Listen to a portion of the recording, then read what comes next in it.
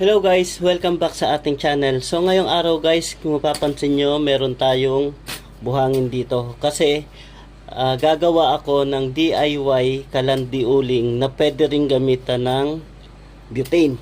So sana samahan ninyo ako sa paggawa at panoorin ninyo kung paano kung gagawin ang kalandi uling na gagamitan natin ng semento. Tara guys! So ito wala pa tong semento. Ngayon ko pa lang hahaluin.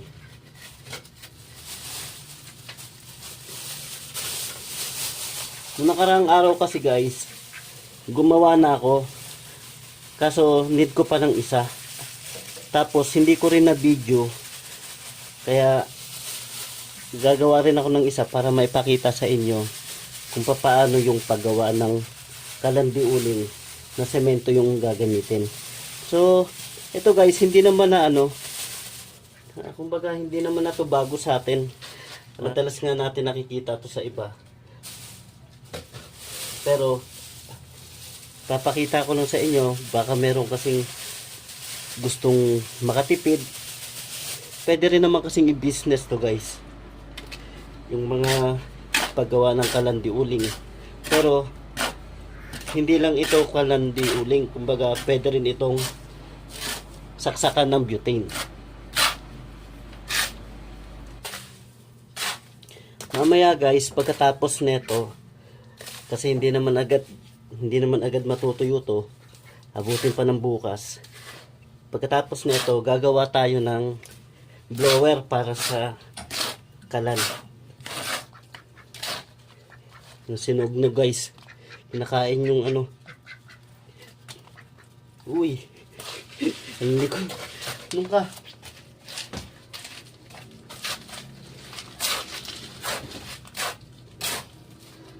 Nakain yung semento. Loko tong nugnog na to.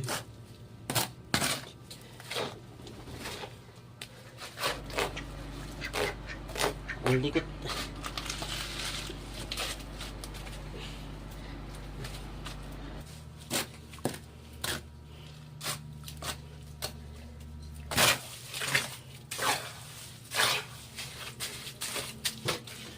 So ito nga pala guys yung gagamitin ko.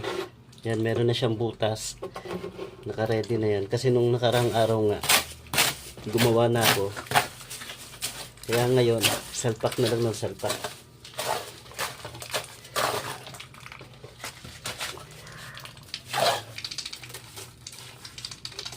Yan, tapos, ilalagay itong PVC. Yan, sasaksak dito. Tapos lagyan ulit ng semento. Tapos ilalagay itong tinapos ng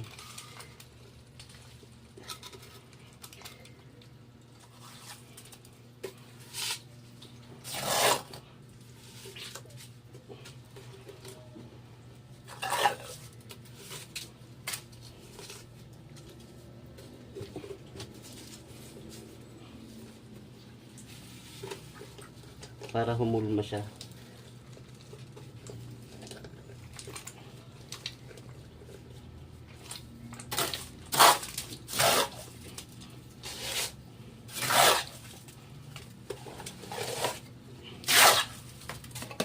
Tapos kailangan pinupukpok ito ng onti-onti para sumiksik yung semento.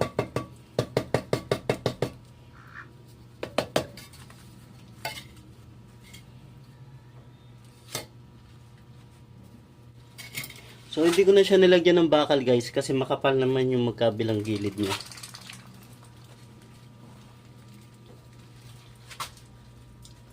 So ayan guys, ganyan lang kadali, ganyan lang kabilis gumawa ng o maghulma ng kalandi uling. So ang gagawin na lang natin guys, aantay na lang natin na matuyo to. Ayun guys, habang nag-aantay tayo na matuyo yung semento na ginawa ko kanina. Actually pa yan bukas pa natin magagamit yon kasi hindi naman isang oras, dalawang oras matutuyo agad yung semento. So kinabukasan pa yon.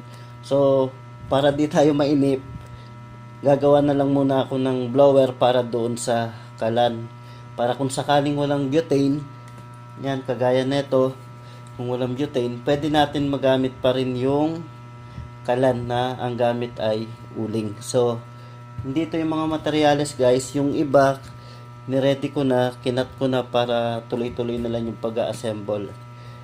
Yan, so panoorin nyo na lang kung paano kong gagawin yung blower para sa kalan. Tara, let's!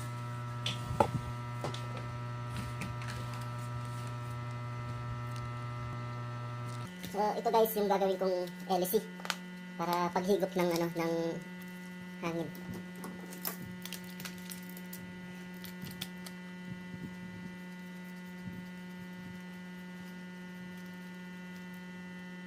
So yan guys, na nakat ko na, pero hindi pa ganito yung itsura niyan kasi kailangan pa siyang ikat dito. So gagamit muna ako ng papel para maging guide sa paggupit nito kasi mahirap nang magtansyahan, baka mamaya hindi pantay.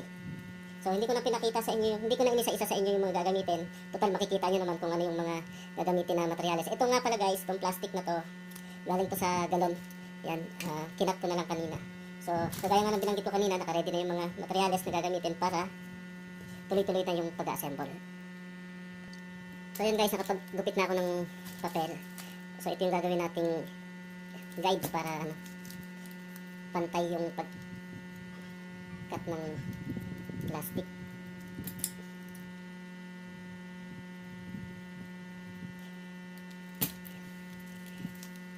Yan. Yan, ganyan yung gagawin nating LC guys. Tapos pagka nagupit na, igaganon lang yan ng bagya para humigop siya ng hangin.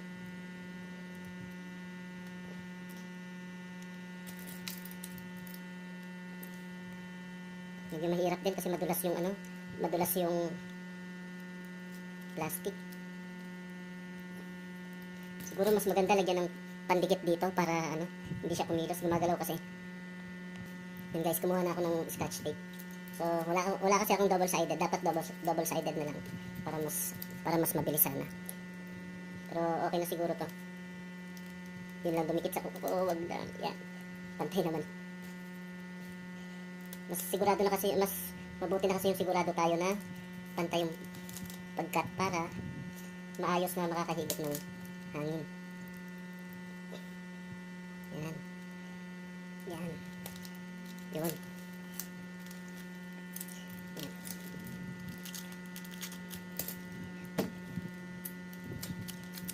Yan. Natupi ng onte. I-adjust ko na lang.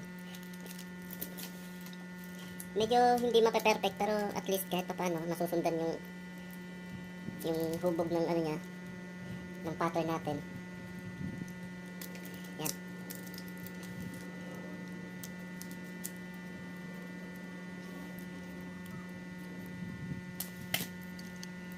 Actually yun guys ginawa ko na dati yun, gumawa ako ng kalandi uling na DIY na ginagamitan ng blower, pero dahil sa tagal na rin, hindi ko nang alam kung nasa na yun. So, ngayon kasi, kung ba't ko naisip, sikreto lang ha. Wala kaming gas. Ubusan kami ng gas. So, dahil sa, yun, syempre, afford yung yung gas ngayon. So, gawa muna tayo ng DIY na kalandi uling. Pero kung tutusin lang guys, sa DIY na diuling, ang totoo mas mapapamahal ka pa nga sa sa mga ganyan, yung bibili ka ng butane.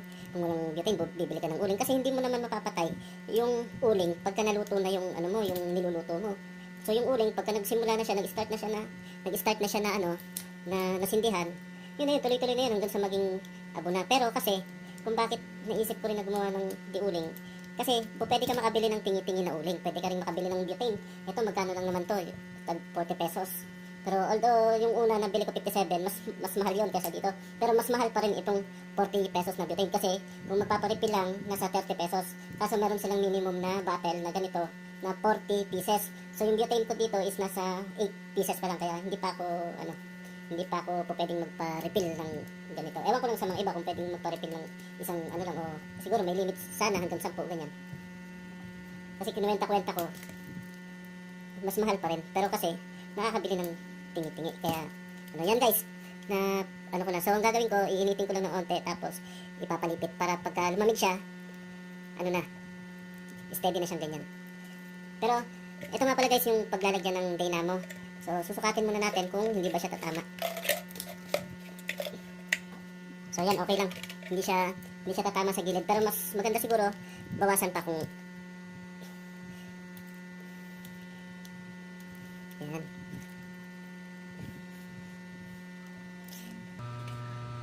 Pasensya na nga pala guys, halos mag-iisang buwan akong hindi nakapag-upload ng video kasi una hindi naman shop yung pwesto natin. Kumbaga kung meron lang akong gagawin na mga sira dyan sa motorcycle ko, so tsaka ko lang kakalikutin. Sa ngayon kasi matino yung motor ko, kaya yun.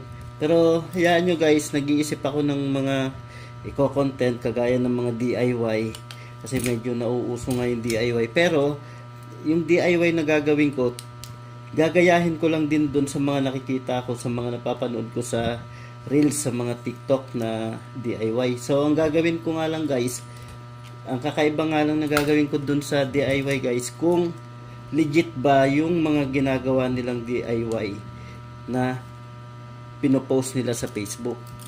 So bago ninyo gayahin, panoorin nyo muna yung DIY na ginagawa ko kung legit ba. Kasi kung mapapanood nyo yung DIY na gagawin ko, na ginaya ko doon sa ibang videos, kung makikita natin kung legit ba, hindi masasayang yung effort nyo, hindi masasayang yung gastos, syempre, diba? So ipaubaya nyo na lang sa akin sa susunod. Bago kayo gumaya sa mga napapanood na DIY, panoorin nyo muna yung video ko na DIY. Yan. So yan guys, na ano ko na siya, nakat ko na, susunugin, iinitin ko na lang para ano. So gagamit na lang ako ng lighter. Medyo malakas kasi yung hangin, kasi ako nagbo-blower ako, mainit dito sa amin eh.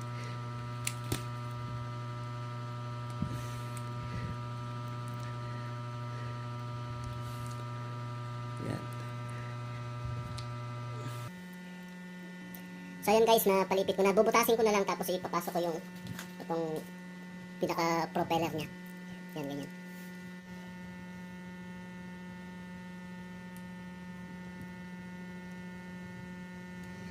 Yan, nabutas na. Bunutin ko muna ulit, so mamaya pa naman gagamitin para safety lang, baka makapasok. Yan. So yan, so sobrahan ko lang siya ng onte, tapos iguglugan ko yung pitungan para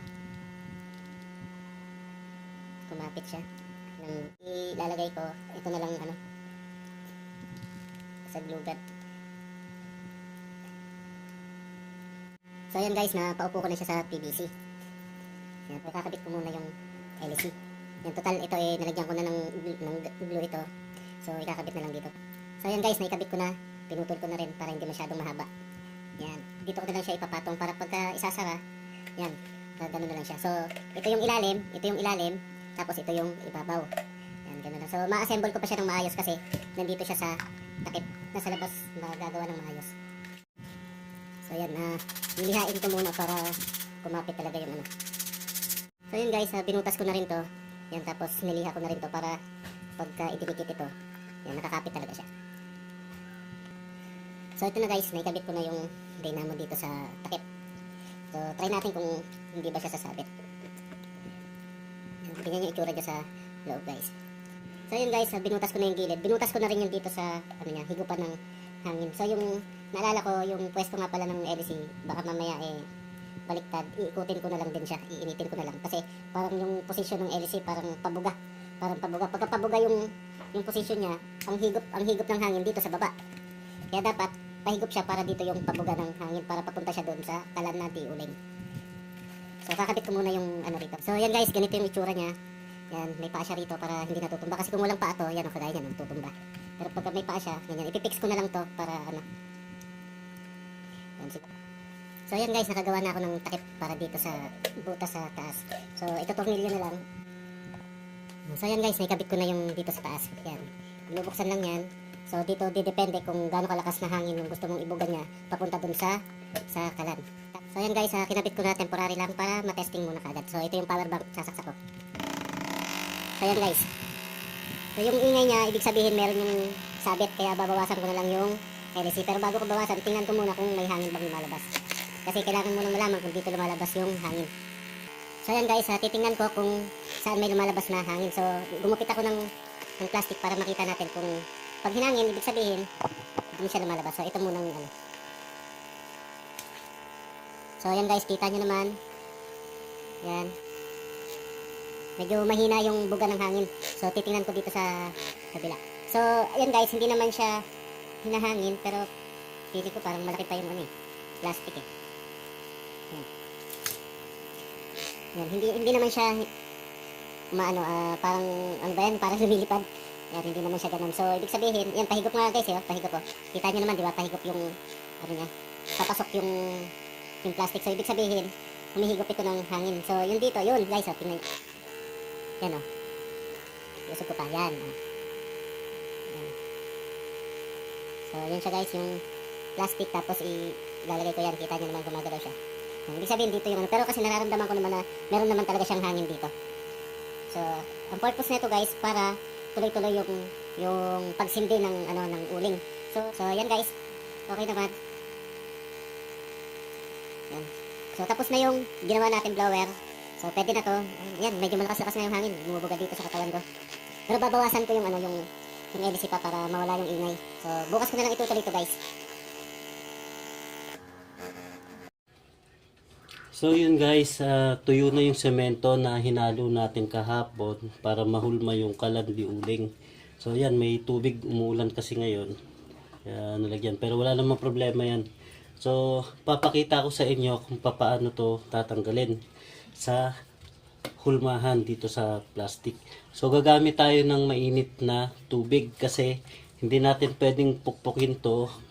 Baka mabiak yung plastic at yung semento kasi hindi pa naman ganoon talaga katigas yan, baka mabiak.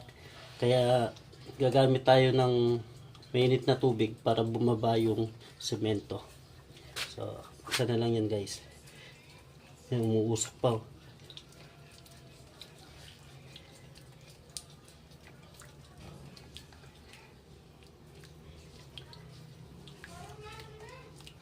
Yan, tingnan nyo. Yan lang mainit. Yun. O diba? Ang ganda ng pagkahulma. Ang kinis. O kasi nilagyan ng langis bago bago siya lagyan ng halo. So yan yung forma niya guys. Sa ilalim. Then ito yung ibabaw. Yan.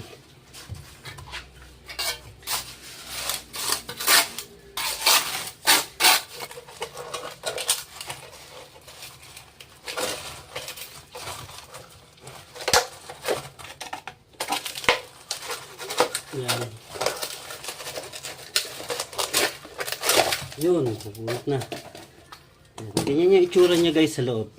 Yan. Yung plastic dito sa baba, tatanggalin din yan. Yan, tatanggalin din yan.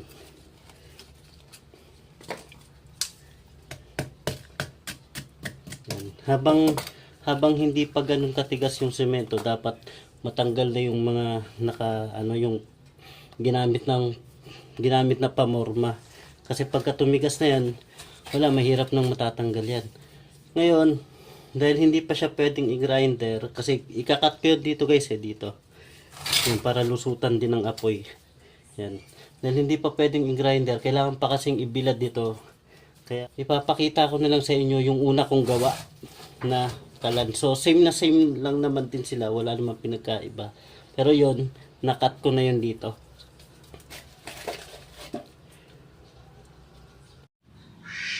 So yun guys, ito yung una kong ginawa na kalan. Yan, ito yung tinutukoy ko kanina na iga-grinder. So yung isa kasi yun yung nakikita nyo doon sa baba. Hindi pa siya pwedeng i-grinder gawa ng sobra pang lambot nun. Baka mamaya matuluyang mabiak, kaya yun, nakatenga muna kasi patutuyuin pa ng onte.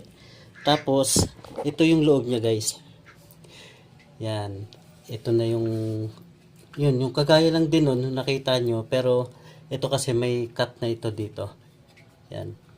So yan, pakikita ko sa inyo, itatry natin kung paano gamitin yung mga ganitong klase na kalandi uling na pwedeng gamitan ng butane. Pero uunahin ko muna yung butane bago yung uling. So ayan, meron tayong screen. Tong screen na to guys, pang uling ito. Pero gagamitin ko ito kasi yung tubo na pagsasaksakan ng butane, kailangan meron ito. Kaya mamaya papakita ko sa inyo paano tatanggalin yan. So yan, ikakabit lang yan dito guys. Yan.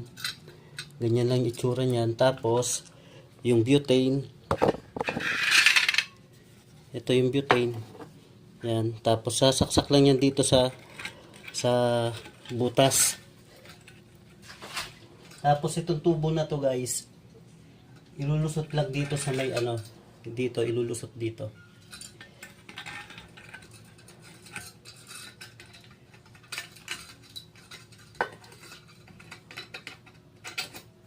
Yan. Tapos meron akong kinat na maliit na lata. Patungan lang naman itong butane. Yan, para nakapantay siya. Yan, ganyan lang itsura niya. Tapos iuusog ko na konti, no, para makita kung paano siyang sisindihan guys. Wala kasi akong yung parang gun lighter. So yung nandito sa akin, ito lang. Kaya ang ginagawa ko, gamit ako nito. Tapos yan, gagamit ako niyan. Tapos mamatay. Medyo basa yung medyo basa yung papel. Yan. Tapos bubuksan na yung apoy guys bago magbukas ng para hindi masayang. Yan.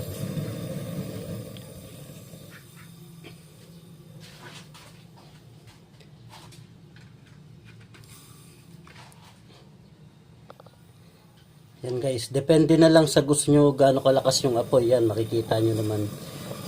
Yan. Depende na lang. Ang adjuster niyan guys, ito yung dyan nyo i-adjust yung lakas ng apoy. So, syempre makikita nyo parang mahina siya kasi wala siyang burner. Wala siyang burner. Pero pagka nilagyan siya ng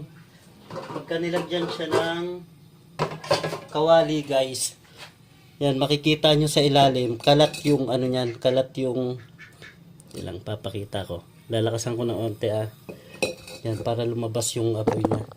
So kalat yung niyan guys, yung apoy niyan. Yan, no. Yan, kung makikita nyo, medyo may pagka blue kasi yung niya, yung apoy niya, kaya hindi masyado. Yan, no, ganyan yung itsura niya sa ilalim guys. Yan, no. Depende na lang yan sa lakas na apoy na gagamitin ninyo. So, yan. So, dahil wala siyang burner, safety naman yan guys, hindi naman delikado yan kasi unang-una, malayo naman yung apoy niya dito sa butane. Pero kasi ang butane guys, once na nakakaramdam siya ng heat o init, magpapawis yan ng malamig. Kaya safety, hindi siya delikado. Hindi siya magkokos ng sabog, hindi siya magkokos ng sunog. Yan, kung nakikita nyo guys, yan yung itsura niya sa ilalim. Yan, blue kasi yung apoy pero makikita nyo naman na kalat yung apoy niya. Yan. So tatanggalin ko ulit yung kawali para makita nyo yung buo. So yan guys, yan ang gamit ng kalandi uling, na kung walang uling, may pambili naman ng butane, pwedeng gamitan ng butane. So yan siya guys. 'Di ba? Napakasimple. Pero hindi naman kagaya nung binanggit ko nung ginagawa ko yung yung blower ng para dito. Hindi naman talaga tipid para sa mga nagtitipid. Pero ito is na naubusan tayo ng gas at wala pa tayong budget. Ito, pwede ito. Magagamit natin ito. Kung nagluluto tayo, hindi mabibitin. Kung naubusan tayo ng gas, tapos nagluluto, hindi tayo mabibitin kasi meron tayong portable na mga ganitong klaseng kalan. So, Kung walang butane, syempre, doon tayo sa mas mura na tag 10 piso o 8 pesos na uling. 'Di ba? Kagaya nga nung nabanggit ko na ang uling makakabili tayo ng tingi. Ang butane makakabili tayo ng tag 40 pesos na yan isang bottle. So malaking bagay na makatutulong sa atin lalo na't nagluluto tayo na naubusan nga tayo ng gas. So yan guys, nakita nyo na kung papaano kung sinet up, paano kung ginawa yung kalandi uling na gamit ang butane. So ang ine-next ko guys, yung uling naman na papakita ko sa inyo kung papaano. So yan, papatayin ko na guys ha. Yan, pipihitin lang yan. Pagpihit yan, yan, unti-unti nang mamamatayan.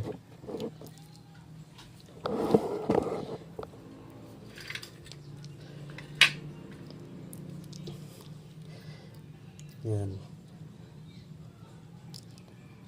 Yan, unti-unti nang mamamatayan. Pwede naman bunutin yan, pero mas safety guys na ubusin natin yung apoy para sigurado na safety tayo. So dahil napakita ko na sa inyo yung butane kung paano gagamitin para sa kalan na ito, ang papakita ko naman sa inyo guys, yung bunutin lang tong screen at bubunutin itong yan, yung tubo na nakalagay para dun sa butane. Ito namang screen, bago ilagay, maglalagay muna tayo ng panggatong. Ano yung panggatong? Ito, karton. Mas magandang gamitin guys yung karton na pangsindi bago yung kesa doon sa ano, sa papel, kasi yung papel madaling masunog, madali siyang matupok ng apoy, pero yung karton dahil makapal yan, hindi kaagad yan nalulusaw ng apoy. So yan ang gagawin guys. Ito naman yung ano natin, yung ginawa ko, yung blower. So ito sinementohan ko guys kasi malakas yung vibrate niya, kaya yan, ginawan ko siya ng pinakapaa. So yan na guys, napakita ko naman na sa inyo ito kung paano ginawa.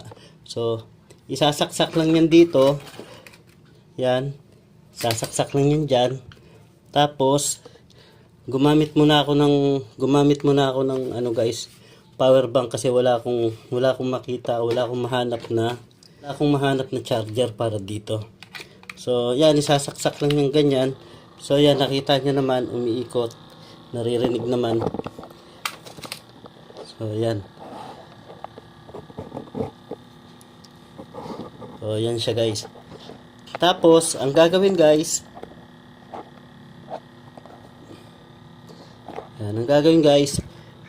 tigil muna natin tong blower. Nakabili na ako ng uling kanina, pero hindi ko naman lahat to gagamitin kasi i-demo ko lang kung paano yung pagsisindi ng uling. So ang gagawin guys, ganito. Usog ko lang onte yan, para nakikita ng buo. Yan. Ang gagawin guys, magsisindi muna kayo ng karton. Yan. Sisindi muna kayo ng karton, sisindihan nyo muna ng yan.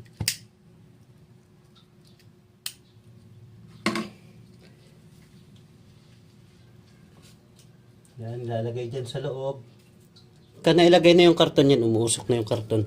Pagka nailagay na yung karton guys, pwede nang ilagay pwede nang isaksak yung blower. Yan. Tapos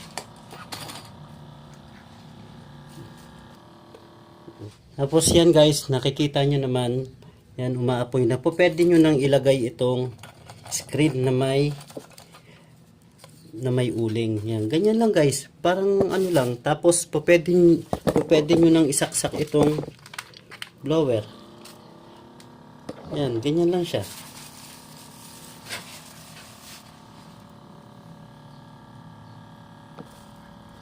Ayan guys. Aantayin nyo lang na sumindi na yung uling. Pagka sumindi na yung uling, yan, tuloy-tuloy na yan. Yan, nakikita nyo naman. Yung usok na yan, may apoy na sa ilalim yan. Yan. Yan lang yung medyo hassle sa pag-uuling kasi hindi naman natin maiwasan, talagang hindi naman kagaya ng butane o kaya gasol na. Pero pagka yung uling sumindi na, asahan natin na wala na yung usok niyan. Kasi yung mausok niyan guys, yung ginamit natin pang siga, yung karton, pagka nawala na yun, naubos na yun, at ang nakasindi na lang yung uling, wala nang ano yan, wala nang usok yan. So yan, papakita ko sa inyo ng buo. Yan, ito yung power bank, tapos yung motor, tapos ito yung kalan. Yan, inaantay na lang nating sumindi yung uling.